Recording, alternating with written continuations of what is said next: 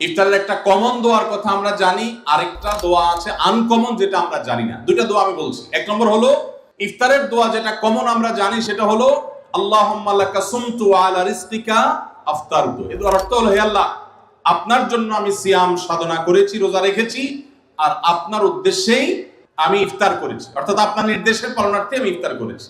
এই যে আল্লাহুম্মা লাকা সুমতু ওয়া আলা রিজকিকা আফতারতু, এটা ইফতারের একটা দোয়া। আরেকটা দোয়া হলো যাহাবা যামা ওয়াবতাল্লাতিল উরুক ওয়া সাবাতাল আজরু ইনশাআল্লাহ। অনেকে এটা জানেন, মাশাআল্লাহ।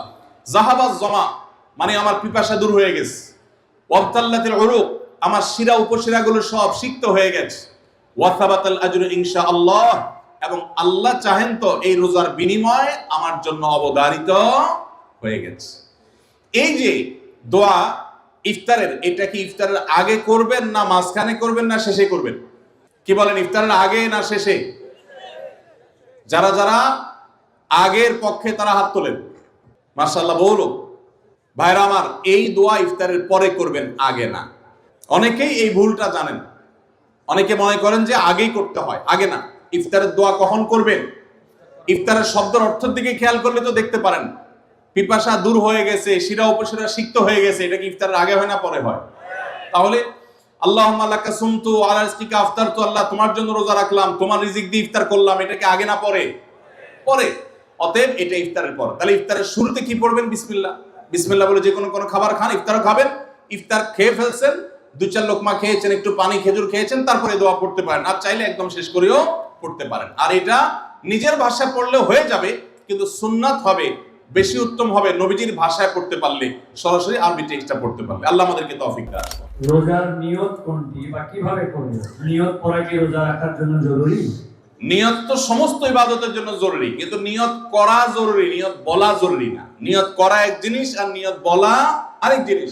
মুখে নিয়ত বলে আর অন্তরে নিয়ত করে, অন্তরে নিয়ত করে আর মুখে নিয়ত বলে। ইবাদতের মধ্যে নিয়ত করা ফরজ। রোজার জন্য নিয়ত ফরজ, নামাজের জন্য নিয়ত ফরজ, কিন্তু নিয়ত বলাটা ফরজ বা সুন্নাত কোনোটাই না। আমরা যে রোজার নিয়ত শুনছি, নাওয়াইতু আন আসুমা গাদান, আছে না? বিভিন্ন আপনার ক্যালেন্ডারেও লেখা থাকে, ভিত্তিহীন। নবী করিম সাল্লাল্লাহু আলাইহি সাল্লামের কোন জয়ীফ জাল হাদিসেও এরকম রোজার কোন নিয়তের কথা কোথাও বর্ণিত হয় নাই। ইসলামের নামে নকল আমল করলে সওয়াব হবে না গুনাহ হবে? খবরদার। এই জন্য আমরা মেহেরবানি করে, আমি কি জন্য ভোর রাতে উঠছি? সারি খেতে উঠছি। সারি খেতে উঠছি মানে কালকে রোজা রাখবো, এটাই তো আমার নিয়ত। মনের ইচ্ছা আছে, ইন্টেনশন আছে, এটাই নিয়ত। মুখে আলাদা নিয়তের উচ্চারণ দরকার নাই।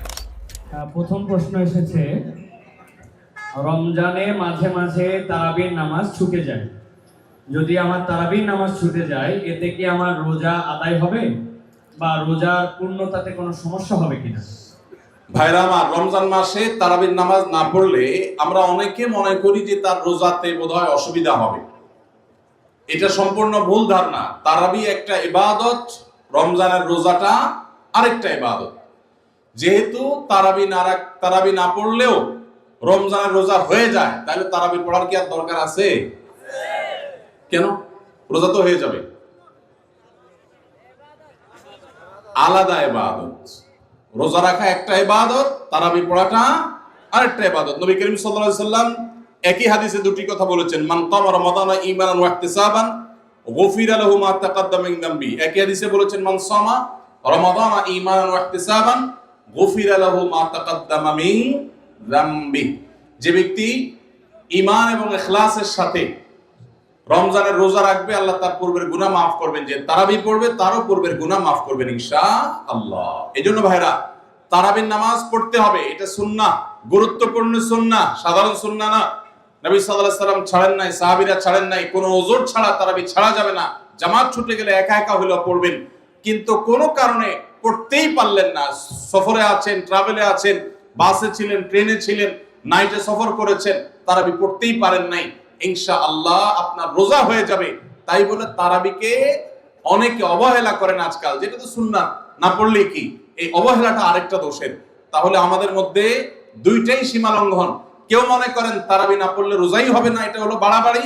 আবার অনেকে মনে করে তারাবি না পড়লেই বা কি, এটা হলো ছাড়াছাড়ি। এই বাড়াবাড়ি এবং ছাড়াছাড়ির মধ্যে আমাদের থাকতে হবে। আল্লাহ আমাদের তৌফিক দান। একজন রোজাদারের জন্য রমজানের প্রতিটি দিনের আমলের রুটিন কি হবে, কিভাবে সে তার রোজা কাটাবে? মাশাআল্লাহ, আমাদের একটা নতুন বই বের হয়েছে এবার, সেটা হলো মাহে রমাদানের 27 আমল। এই যে বইটা একটা হাতের সামনেও আছে, মাশাআল্লাহ।